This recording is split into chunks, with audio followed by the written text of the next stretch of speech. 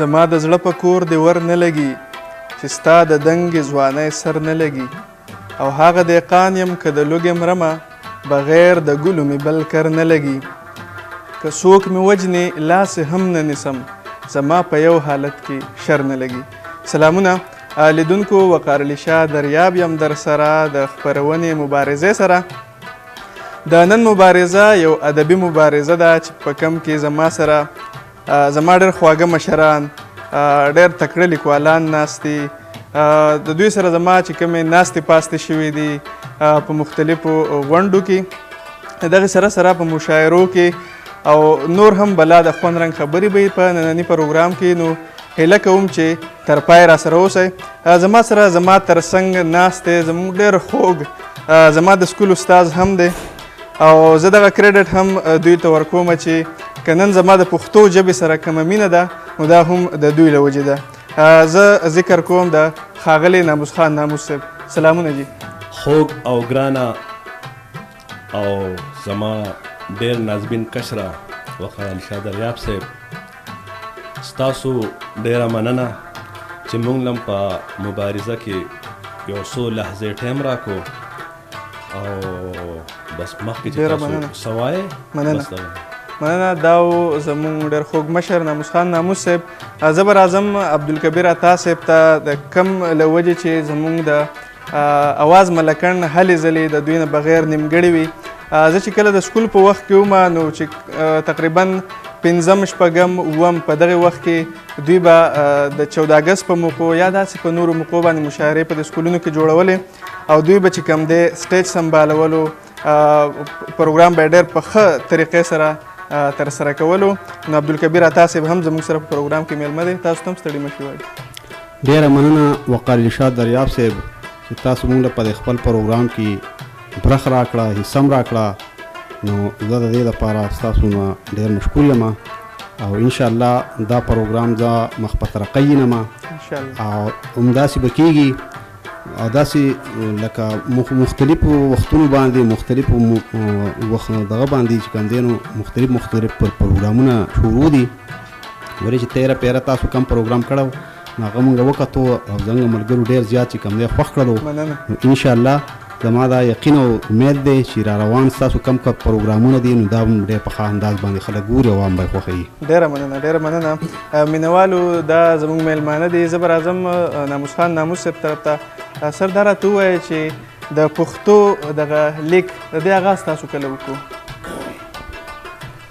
د پښتو د لیک آغاز زه لا په سکول کې مې سبق وي په 9م 10م کې وم. نو هغه وخت زمونږ په دې علاقه کې خو شاعران وو داسې نه چې نه وو لکه اوس شاهدالله اصیر صاحب یا بارام زخمي صاحب وو. د دوی دا نومونه مونږ اورېدلي وو. نعیم راهي صاحب وو. خو په دې خپله علاقه کې را سره نږدې داسې څوک ښکاره کسان نه وو او ما به شوق ډېر زیات و. نو ما خو به لیکل کوله خو داسې پټ پټ به مې کوله داسې چاته به مې نه شوه دغه کولی. او بیا د هغې نه وروستو تقریبا په 84-85 کې چې زخمي صاحب زموږ کلي ته په بدلی باندې راغی او هغه زه به بیا د هغوی خواله راتلم. نو د هغه وخت نه مسلسل زما د ادبي الوزلو سره وابسته شوه او دا زه وایم چې امید دی دا کریډټ به ما ته راځي چې په دې وخت کې لکه زموږ په دې علاقه کې خاص کر ادبي الوزلې نه وې. نو کله چې ما په ادب کې قدم کېښود نو زما په وجه باندې ما په دې کلي کې او په دې علاقه کې ډېرې غټې مشاعرې جوړې کړې چې د هغې په وجه باندې دلته د ادب سره د خلکو مینه پیدا شوه. نو بیا وروسته د هغې نه په 2000 کې په مټکنۍ کې خپله یوه ټولنه د اواز ملکن په نوم باندې جوړه شوه چې د هغې اول صدارت هم ماته میلاو کړ. بنیاد به هم تاسو ایښی او بنیاد هم مونږ ایښی و او دا ملګري راسره وو او بس روان دی په مخه باندې انشاءالله تعالی چې اوس خو په ټوله نړۍ کې خلک پېژني اواز ملکن ځکه چې هغوی اوس یوه رساله هم وباسي او لکه ښه فعال ټولنه ده. بالکل. صحیح. استاد تاسو بیا د استاد په حیث باندې خپل خدمات ترسره کوئ نو تاسو پښتو هم خوښه کړه دغه د دې پښتو سره مینه وه که نه بل طرف ته تلل نه غوښتل زه خو په خپله باندې د رزق حلال په دغه کې لکه په ایډوکیشن سره تعلق ساتم مدرس یم او د پښتو سره زما د وړوکوالي نه مینه وه زه چې کله په اول دویم دریم کې وم نو هم زه به په پښتو باندې پوهېدم لکه اوس هم ځینې خلک وایي یاره ما له پښتو نه راځي نو ما ته واحد په دې یو څیز کې حضور حاصل و چې ما په دغه اول دویم نه ما په پښتو کې خطونه او لکه داسې ځینې زبردست استاد ما ته هغه رايادېږي که نه موږ پنځم کلاس به تاسو را سره پښتو وه نو په هغه ورځو کې وږمې ستاسو یو غزل ویلی و سندره ویلې وه په ټوک ډوډۍ پسې مې ورک د زړګي سره جانانه مسافر او راځه وایي زه کینسل کړم او عطا صاحب دوی ریډیو راوړی و کلاس ته او مونږ هغه اورېدلی هغې نه بس بیا زما د پښتو ژبې سره ډېره زیاته مینه پیدا شوې وه بس دا د انسان یو خواهش چې هغه څه کوي نو دوی په دې کې وایي چې یاره خلکو ته پته ولګي چې یاره دی د دې خبرې شوقي دی بلکل نو دا تاسو دا خبره وکړه چې زما په اول ځل باندې نازیه اقبال یا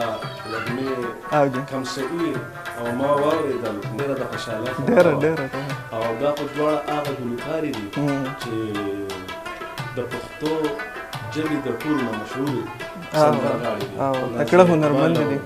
زده کړې کړي دي باقاعده بس دا حقیقت دا دی چې دا زه ډېر زیات خوشحاله یم بلکل دا تاسو چې څه وایي دا به ما کړي زما خو په دې وخت یاد نه دي ښه دي ښه تاسو ته به یاد ما ته یاد دي بلکل بلکل زه به عطا صاحب طرف ته راځم عطا صاحب تاسو راته دا ووایه څنګه چې مې د دوی نه پوښتنه کړې وه چې تاسو کله آغاز وکړو د خپل باقاعده لیک یاره زه خو تقریبا چې داسې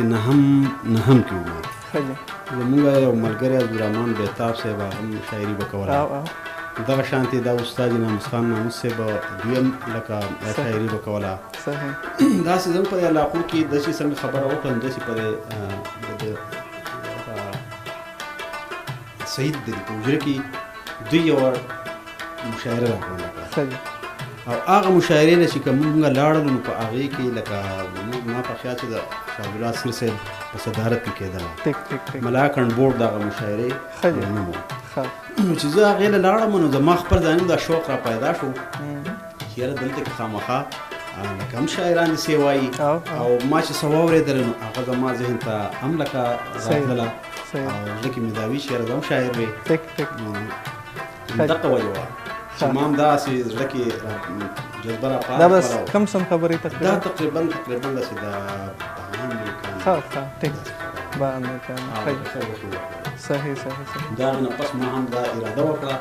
او دا مې شوق را پیدا شو چې یاره زه هم دغه شانتې شاعر وې کاش ما هم دغه شانتې غزلې وې دغه شانتې چې کوم دی نو د دغې وجې نه چې کوم دی ما بیا شاعري شروع کړه او څه مطلب مې لیکل شروع کړه ما ته څومره یاد چې هغه ډېرې زیاتې مشاعرې په هغه وخت کې کېدو استاد جي زموږ د سکول په وختونو کې هر 14 اګست کې به موږ به کوم اکثر نظمونه ووایو نو هغه ډېر خوند و خو اوس تقریبا هلې ځلې لکه په کمېدو شوي نه دي تاسو څه محسوسوئ لکه اسلام آباد سره زیات کړه تاسو ټک شوي دلته کې لکه اوسئ راوسئ دلته کې راشئ خو کم خود راشئ نور چې کم دی نو د اواز ملکنډ په هره میاشت کې یوه غونډه کېږي هغه غونډه کې چې کم دی نو موږ دا هم نه چې هغې کې د علاقې کسان یو هغې کې داسې موږ د دیر نه پکې هم کسان راغواړو هغې کې داسې د درګۍ نه پکې هم کسان راځي لکه اواز ملکنډ دی نو ملکنډ ټول ډیویژن ټول ډیویژن ته تقریبا چې منتقل شوی دی او وخت په وخت موږ چې کوم دی خلک کیوري جمع راکړي او داسې چې کوم دی لکه مدد را سره هم کوي او بالکل مرسته را سره هم کوي لا یې کم ښه کاپي ورکوي د دغې وجې نه چې کوم دی نو موږ اوس کاپي مطمئن یو چې یاره دغه شانتې لکه زموږ را ټولنې لکه ډېر ښه نوم پیدا کړی دی څه وخت کې لکه ستا په شانتې زلمیان موږ ته زیږولي دي موږ پکې خپله خپاړې کړي دي په دغې ټولنه کې را لوی شوي یو ښه دي دغه شانتې حبیب الرحیم هم د دې ټولنې پیداوار دی هغه هم ښه ډېر ښه نړۍ پېژني بالکل او د ټي وي او ریډیو سره د هغه ډېر ښه تعلق دغه شانتې یوه رساله به وتله هغه رساله هم د په نامه باندې وه واسمه په نامه باندې وه داسې مختلف سینګران پکې هم موجود دي لکه دې ښه په خپل وخت کې دې ښه کړی دی کړې ده په عروج و په عروج به په عروج به وي انشاءالله. په هر حال ستاسو ذهن یو سوال په جواب کې داسې چې تاسو لکه زیات کار په بار یې د دې وجې نه چې کم دی لکه تاسو زموږ پروګرام ډېر به خوښ وو تاسې اوپن مشاعره مو نه لري. اوپن مشاعره خو زموږ څه کاریم خیال وو څه وجوهات داسې غونډه کې راغلې چې هغه مشاعرې هغه روخې راله وګرځو بل طرف ته. نو انشاءالله مونږ را روان یا میاشتې و نیمه پس به چې کوم دی کافي دا موسم له ښه شي ګرمي ده اوس مو لږه ګرمي ده او دا خواهش د ټولو دی دا د ډېرو ملګرو دی چې یاره دغه شانتې اوپن مشاعرې دې وشي او ښه کافي مشاعرې دې وشي او په هغې سره چې کوم دی ټول ملګرو لکه ته پوهوالې او دغه شي ښه شي. سندره ټول وایي د انصاف خبره به وکړو چې اوس پښتو ژبه تر کوم ټولګي پورې ده په انصاف کې د پښتو ژبه خو زمونږ او د دې خلکو دا کوشش دی چې یاره لکه دا د انګریزۍ د کوم دا پرایویټ سکولونه چې دي چې یاره دا د په دې کې هم شروع شي په ګورنمنټ سکولونو کې خو د پښتو ژبه چې ده نو دا خو نصاب دا خو د ادنا نه واخله او تر د ایم ای پورې ده د ایم ای پورې شته. مونږ خو په دې خبره فخر کوو چېرته په محفل کې څوک خبره کوي نو وایي یاره زه د پښتون نه یم زه به داسې نه یم خو د بدقسمتۍ خبره دا ده چې لکه د پښتو د ویلو او د لیکلو شوق نشته دی. نو زمونږ خو 100% یعنې دا کوشش چې مونږ په خپله باندې هم او دا نور پښتانه هم لیکل په پښتو کې کوي ویل په پښتو کې کوي یعنې پښتو لیکو او پښتو لولو او پښتو کتونکو لیدونکو د دې سره به سم د دمې طرف ته ځو د دمې طرف بیا سره خدمت یاد لري موږ سره وکړو.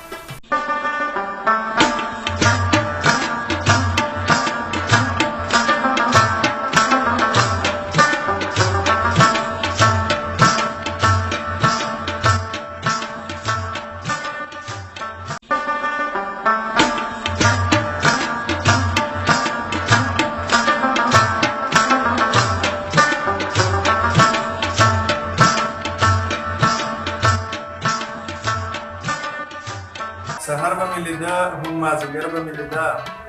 چم ګاونډ خبره وه اکثر به مې لیده او میرات پیغلتوب شو په دیدن پسې ړوند شوم لا ښه وه چې وړه وه نو بهر به مې لیده. مینوالو سلامونه او یو ځل بیا تاسو ته په خپرونه مبارزه کې هرکلی وایم. په لومړۍ برخه کې د عبدالکبیر عطا صاحب او نامحمد ناموس صاحب سره د هغوی په ژوند او د هغوی په شخصیت د هغوی په هلو ځلو باندې خبرې وشوې. په دویمه برخه کې کوشش کوم چې د دوی نه غزلې نظمونه او نور څه څیزونه واورو. نو راځم به د ټول نړومبی نامستان ناموس صاحب ته چې دوی راته څه اورئ. بس زه به درته یو ساده غوندې غزل ووایم د هغې نه وروستو به بیا نور څه ووایو. د غزل مطلع ده زه چې ناوخته کم نو څه نه څه دروغ ویم پکې مور مې قاریږي نو په هغه شپه دروغ ویم پکې او څنګ چې مې مخکې خوښه وې هغسې اوس مې همې څنګ چې مې مخکې خوښه وې هغسې اوس مې همې خدای مې دې غر کې که یوه ذره دروغ ویم پکې. ډېر ښه دی. او مخکې شعر دی چې د هر غزل د هر یو شعر هره مصره چې لیکم د هر غزل د هر یو شعر هره مصره چې لیکم لږ حقیقت وي او باقي واړه دروغ. ډېر ښه ډېر ښه استاد جي. او وی مدعا مې ستا لیدا نور غرض نه وي زما وی مدعا مې ستا لیدا نور غرض نه وي زما جوړه به نه کړمه اوضاع دغه دروغ یم پکې. ډېر ښه دی ډېر ښه استاد. او مخکې یو شعر دی چې زه چې د دوو منځ کې مصلح شمه کوشش مې دا یي زه چې د دوو منځ کې مصلح شمه کوشش مې دا یي خبره روغې لبوزمه ښه دروغ یم. ډېر ښه ډېر حد دی بیا ووایه بیا بیا. زه چې د دوو منځ کې مصلح شمه کوشش مې دا وي خبره روغې لبوزمه ښه دروغ ویم پکې. ډېر ښه دی. او آخري شعر دی د دې غزله محنت کوم ځان له حلاله روزي ګټم ناموس. واه واه. محنت کوم ځان له حلاله روزي ګټم ناموس نه قسم خورمه په خپل مال او نه دروغ ویم پکې. ډېر ښه استاد جي ډېر ښه ډېر اله ډېر اله. ډېره مننه استاد جي ډېر خوندور غزل ترې تاسو واورېدو. صاحب شاه صابر صاحب وایي چې د یار د کلي د کوڅې مازدیګر ما لیونی کړې لیونی مازدیګر او سم د ماښامه تبې ونیومه تا راته کړې وې خیرې مازدیګر د دې شعرونو سره سم به راځم عبدالکبیر عطا صاحب ته چې هغوی راته هم غزل یا نظم واوروي اوله به ته غزل ووایم ټیک ده ارشاد بیا که مقوله انشاءالله نظم به ووایو دا برخه به زموږ د دغه ده د غزلو او د نظمونو ده ارشاد نو غزل دی چې تصویر کدي د زړه د پاسه دم نو خلک سوځي تصویر کدي تصویر کدي د زړه د پاسه دم نو خلک سوځي ډېر ښه او نامه چې د خپل نوم سره لیکم نو خلک سوځي واه واه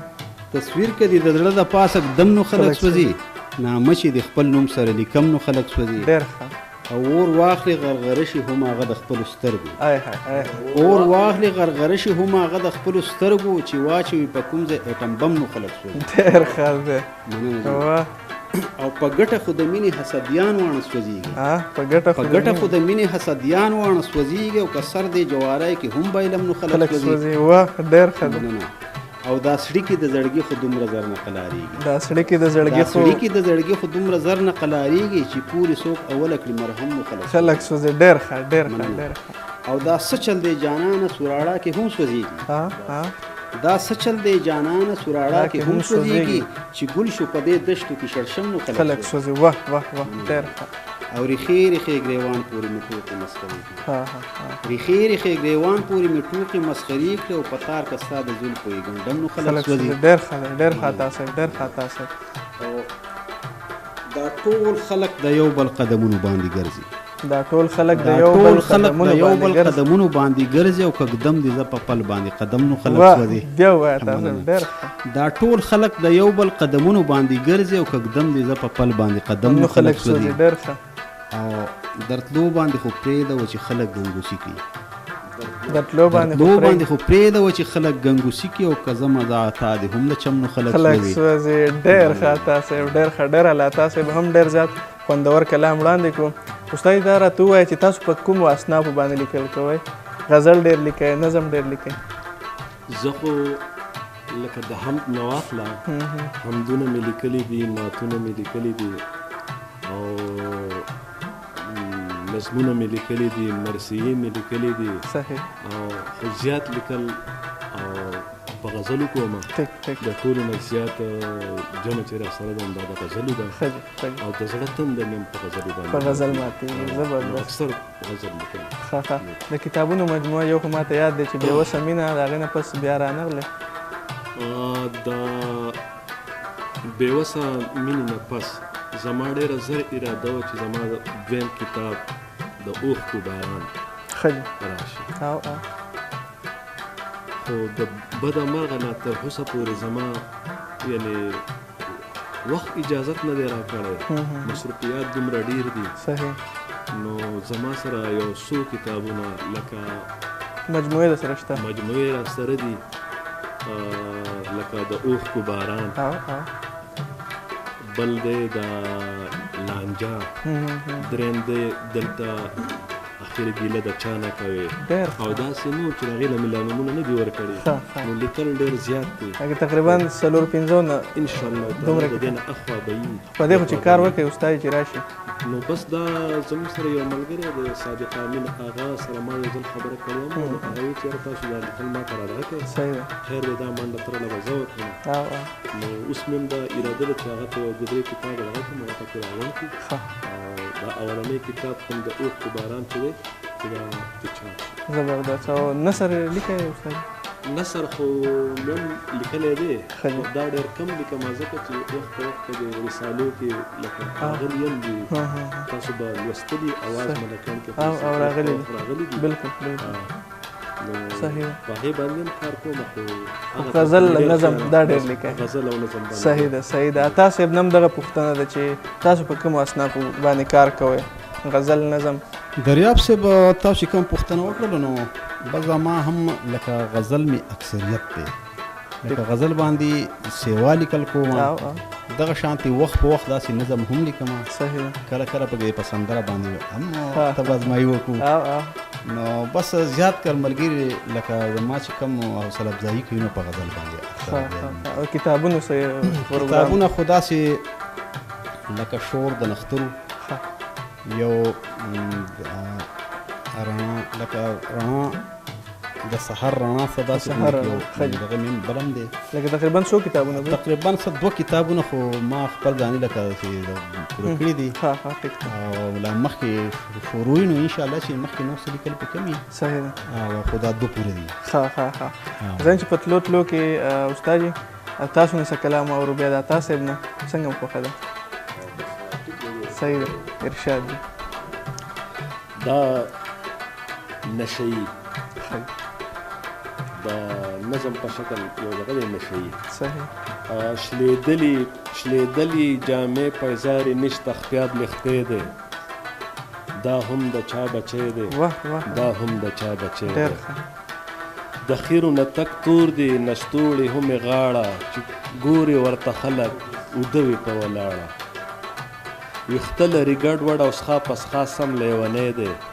دا هم د چا بچی دی دا هم د چا بچی ډېر دی ښه کمزوری دی بلها زره طاقت تن کې نشته تک جړ د ساس کې وینه یې په ټول بدن کې نشته نشو غریب خوړلی دی سم وچ لکه لرګی دی دا هم د چا بچی دی دا هم د چا بچی دی شلیدلی جامې پیزارې نشته خپیاب لختې دی دا هم د چا بچی دی ډېر ښه د ده په خیال کې دته دی نه ښکاري هېڅ چاته د خلکو نه پرده کړي د هغه دیوال شاته په ځان یې راچولی سرې تاړه سادرګی دی دا هم د چا بچی دی دا هم د چا بچی دی ډېر ښه مقام خپل تباکو عزت خپل تباکو صحت خپل تباکو دولت خپل تباکو وهلی په خپل لاس ځان ته په خپله یې تلی دی دا هم د چا بچی دی دا هم د چا بچی دی ډېر ښه او د جمع او د اوړي د پل د سوري لاندې نهر وي او کموړي د پل د سوري لاندې د ځان نه بې خبره دی نه مړ دی نه ژوندی دی دا هم د چا بچی دی ډېر ښه دا هم د چا بچی دی واه استاد نه کور ورته یادیږي او نه رور ورته یادیږي نه پلار ورته یادیږي او نه مور ورته یادیږي نشوت عقل بولې عجیبه شانې زلمی دی دا هم د چا بچی دی ډېر ښه هم د چا بچی دی او په هر موسم کې څومره تیریږي په ده سختي هر څوک ترې لرې تښتي هر څوک ترېنه نفرت کړي هر څوک ترې لرې تښتي په هر موسم کې څومره تیریږي په ده سختي هر څوک ترېنه نفرت کړي هر څوک ترې لرې تښتي واحد یوه اصلي ده چې په ده یې زړه سوری دی دا هم د چا بچی دی ډېره ده او څه ګوري په تلاش دی چې خرڅي په کباړ کې هغه پرې ځان له اخلي چې ځان پرې سم له تاړ کې لوګړېږي په ډېران ښکاري ناموسه بې نشې دی دا هم د چا بچی دی دا هم د چا بچی دی ډېره ښه عکاسي پکې شوې ده ډېر زبردست ډېر خوندور نظم و نشهیي او راځو به عطا صاحب نه به هم څه نظم یا غزل اورو عطا صاحب ارشاد به هر حال زه ورته غزل ووایم ولې چې تاسو مخکې نه وایي که غزل ووایو نو ښه وایي بلکل ها همداسې ده غزل دی چې په شونډو زور کړي سترګې پټې کړي او ورپېږي په شونډو زور کړي سترګې پټې کړي او ورپېږي انتقام اخلي خو په خپله هم وړه رپېږي ډېر ښه انتقام اخلي خو په خپله هم وړه رپېږي شعر دی چې په مای زیرې د راتلو خدای ګو څه بل شان وشي په مای زیرې د راتلو خدای ګو څه بل شان وشي سترګې مې نه رپېږي هغه ورځ مې زړه رپېږي ډېر ښه په مای زیرې د راتلو خدای ګو څه بل شان وشي او سترګې مې نه رپېږي هغه ورځ مې زړه رپېږي او ستا د شوق حسن د ډېر زور ورو ځان پټوي ستا د شوق حسن د ډېر زور ورو ځان پټوي ځکه رنګونه د بوډۍ د ټال ورپېږي ډېر او چرته پرې نوځي د زړګي زما که چبره جونه چرته پرې نوځي د زړګي زما که چبره جونه او ستا د راتلو په دې بېتمې زلزله رپېږي ډېر تر هغې پورې ما نه ځان او جهان دواړه هېر وي تر هغې پورې ما نه ځان او جهان دواړه هېر وي او تر څو چې ښکلی مې د ذهن په پرده رپېږي تر هغې پورې ما نه ځان او جهان دواړه هېر وي او تر څو چې ښکلی مې د ذهن په پرده رپېږي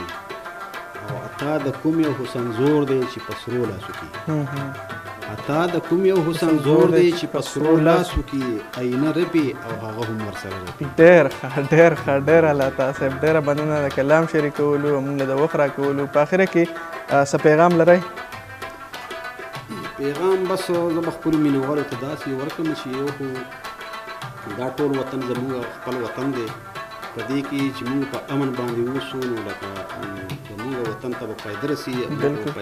او دا په موږ باندې حق دی چې موږ د یو بل چې کوم دی خیرخواهي وکړو، د غریبانو مدد وکړو، د بوډاګانو مدد وکړو. ولې چې دا زلمي کل د دې هم یو وخي بیا بل وخي بیا د چا مدد نشي کولی. دغه شانتې مور او پلار چې کوم دی مور او پلار هم ډېر غټې هستی دي، د دوی د اورم نه چې بلکې دي د دوی د خپل لاندې جنت دی. چې د کومې مور د خپل لاندې جنت یې نو ته ووایه چې نور به د هغې څه پټ پناه نشته دی. مونږ هر څومره د مور خدمت وکړو نو هغه ډېر زیات کم دی. مونږ ټول له پکار دی چې د مور او پلار خبره هم منو او دغه شانتې په امن باندې اوسو، د خپل پاکستان لپاره ډېر مړې تړي وکړو، د هغوی دشمنان د هغوی ته چې کوم څوک نقصان رسوي هغوی مخنیوي وکړو. ډېره مننه عطا صاحب زموږ سره د خپل پیغام د خپل وخت راکولو ډېره زیاته مننه. استاد طرف ته به راځم. استاد تاسو څه پیغام لرئ زموږ د پروګرام او نور د هڅو ته په کوم نظر ګورئ؟ ستاسو هڅو ته خو ډېر په درانه نظر ګورو، ځکه چې تاسو د خپل قیمتي وخت نه ډېر زیات وختونه را اخلئ او د قام د زړه خوشحالولو او د هغوی د مخکې یعنې د پرمختګ کولو دپاره خپل قیمتي وخت نه ډېر وخت په دې باندې اظهار کوئ. او زما د قام ته دا پیغام دی چې زما د اواز چاته رسي نو مشران دې د خپلو کشرانو ډېره نګراني وکړي، نظر دې پرې وساتي د هغوی په تربیت یعنې په تعلیم باندې، او که کشرانو ته مې د اواز رسي نو هغوی دې په خپله باندې زما د دې خبرې نه عبرت واخلي چې یاره خپله زیاته توجه دې سبق طرف ته ورکړي چې دا سبا د قام یعنې په ښېګړه باندې راشي او ژوند یې ښایسته او د دوی مور او پلار ته د دوی په کامیابۍ باندې سکون او خوشحالي او د دوی ټول قرار. ډېره مننه لیدونکو کتونکو. دا وه زموږ د نن مبارزه،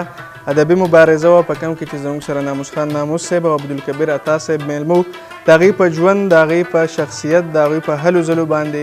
یو ډېر تفصیل سره خبرې وشوې، غزلې نظمونه هم واورېدل. کوشش کوئ چې د خپلې ژبې د پرمختګ دپاره کوششونه وکړئ. دا عهد وکړئ چې پښتو به وایو، پښتو به لیکو، پښتو به لولو. هم د دې سره زموږ د پروګرام وخت پای ته رسي. وایي تا به دروغ ګڼله د جانان کډه په رښتیا د ملک ځینه. د لوی الله په امان.